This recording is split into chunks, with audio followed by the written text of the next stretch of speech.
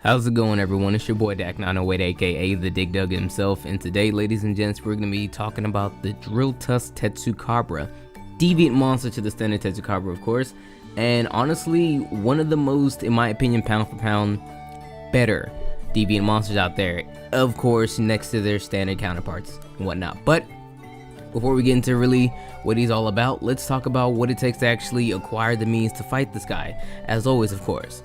Well, first thing you're going to want to do is you're going to want to go to the hub city and go to HR4 and complete the quest tackling a Tetsucabra.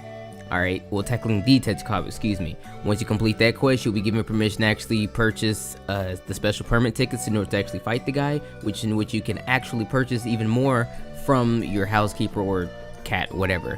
With that out of the way, of course, let's talk about the Tetsucabra promptly. Now, the Tetsucabra, he doesn't look too different from the standard Tetsucabra. Excuse me, the Drilltusk Tetsucabra doesn't look too much different from the standard Tetsucabra. A little bit of his coloring is different, like some of his blue scales actually mix closer into his body, where he was normally completely straight orange. There's now blue scales there now. He's wildly bigger. I mean, this guy is massive, okay? He's huge. He's really big, and you'll notice that one of his tusks, I believe it's his right tusk. His right tusk is actually bigger than that of the left tusk, excuse me. Difficult word to actually just say right there, or I just can't talk in the morning. Anyway, there's that. So apart from the standard features, what makes him different in terms of looks, that's pretty much it. I mean, he does have like bigger spikes, where in which he wouldn't normally have spikes, but that's honestly about it. The big draw when it comes to fighting Drilltusk Tetsucabra, though, is his abilities. Now, they've been changed exponentially, and I would like to go over a couple of them for you. Now, there's a lot of things he does tend to keep standard Tetsucabra behaviors, like he'll hop, he'll pick up rocks, things like that, but the rocks in which he picks up are actually a lot bigger, like a lot bigger. He will pick them up, and he'll just have them standing there, which I would like to call shield rocks. He will pick up very, very big shield rocks, whom of which, if left all by themselves, they will fall and do damage to you. The rock that he normally carries around in his mouth is actually a little bit bigger as well. It holds the same purpose as the other rock would have done, the one in which he was a standard Tetsucabra, meaning he would just use it to, you know, attack you with, or just carry around, pretty much like taunting you, I guess you could say. Like, the rock's in my mouth, if you do something dumb, I'm gonna hit you with it, kind of thing. I don't really know, but honestly, that's it. Now, let's talk about a couple of his new attacks. He has this one attack where he will charge his body up. This is his biggest new attack, mind you. He'll charge his body up. It'll look like he's, you know, wiggling a little bit, and then he'll jump way in the air. You'll see his shadow underneath you, and then when he lands with explosive force. It is the strongest single hitting attack that the Drilltusk actually has. So if you actually get hit by it, you might honestly want to take a potion or something like that, because it does quite a bit of damage. He has a couple other attacks as well. He has the ability to actually just throw rocks at you, similar akin to how a Lagambi would throw the snowballs at you. He would throw rocks at you in the same fashion, but he would use his tusk to do so, of course.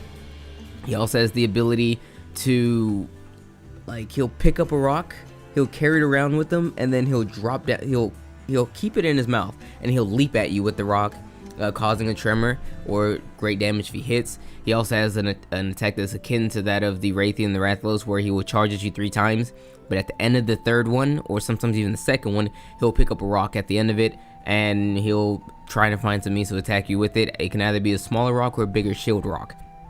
But with that being said, let's move over to the weaknesses of this guy, right? Now, the Drilltusk he's pretty straightforward when it comes to weaknesses. He has 2 very noticeable weaknesses, water and then thunder. The other 3 elements, excuse me, don't really seem to do much to him. So if you're really gonna fight this guy, just go in here with either water and or thunder. Truth be told, you can get away with either one of them. The hit zone, the multipliers and whatnot for thunder and water don't necessarily differ too much. Granted that the water does has better damage than the other one.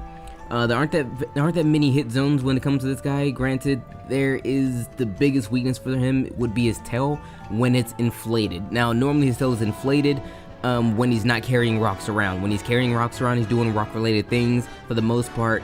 Excuse me, that's the opposite of that. When he has his rocks carrying around, he's doing rock-related things, his tail will be inflated. Otherwise, it will be armored up, and you can't really do too much damage to it. But if you can totally hit him in the tail, that's where you can do the biggest amount of damage. Granted, there is no hit multipliers for it, but if you want to actually do real good damage when it comes to the multipliers, of course, hit the monster in the head. Now, like I said, you're gonna bring you some water and then maybe some thunder and not much else. Okay, assuming by now that everyone knows how deviant weapons work and how it actually to get deviant gear and whatnot, I'm not really going to go over how to get deviant gear right now, but if you would like to know, you can refer to any one of my other deviant monster related videos and I explain that there. But let's talk about the deviant Tetsucabra's gear. Now, first and foremost, talk about the armor, because it's actually some really decent armor. If you're a lancer like myself, this is probably the best deviant lancing armor set to actually be made up in this game, because it practically gives you all the skills for you. The set comes with guard +2 and weakness exploit, and when you finally level up the gear to level 6, it gives you the Drilltusk skill, which gives you adrenaline +2 and scavenger. Scavenger is the skill in which where no matter what item you take, you have a chance of increasing your maximum stamina. And as a lancer who really relies on stamina, that's an amazing skill. Like I said, all by itself, it's really great. And truth be told, you don't really have to put too much work into actually making the set great for it to be a viable lancing set. But lancing and whatnot aside, let's talk about the weapons really quickly. The weapons for Drilltusk Tetsucabra are pretty decent. They actually have really high attack. You're sitting at around 220 on practically everything that he owns. Apart from the really high attack, the sharpness isn't actually too bad, which is normally a weakness that higher damaging weapons normally have. On top of that, the affinity isn't actually negative as well, which used to be a very common thing with the Tetsucabra weapons. They would have really decent attack, sharpness wouldn't be too bad at all, but the affinity would be lesser than, lesser than stellar, definitely lackluster. But that's not the case. The Drilltusk Tetsucabra weapons are much better than the standard variant, being the fact that the attack is quite high, the affinity is good, and the sharpness is quite good as well. The same kind of thing, what's the word? It's not exuberate, but it's throughout all of his weapons, okay? The stats are relatively the same, the sharpnesses are like all the same. It's just really good equipment this time around. I can't honestly get mad at the Drilltusk Tetsucabra's weapons, and I would totally recommend them if you're not too strapped on for weapons that don't necessarily have an element, but you are akin to like raw damage and whatnot. But with that being said, everyone, it's been your boy Dak908, aka the Dig Dug himself. Thank you guys so much for watching this Drilltusk Tetsucabra video. Hopefully you guys found this video relatively informative. If you did, let me know, and if you didn't, hey, let me know again, because I probably suck at doing my job. I didn't give you guys any real information to be wary of. Also, Silverwind is next. This video was supposed to come out way earlier, but I was very sick. Sickly. Been sick for about a week or so, but I'm back on track and we're getting these videos knocked out. Okay, that's all I got. Take care.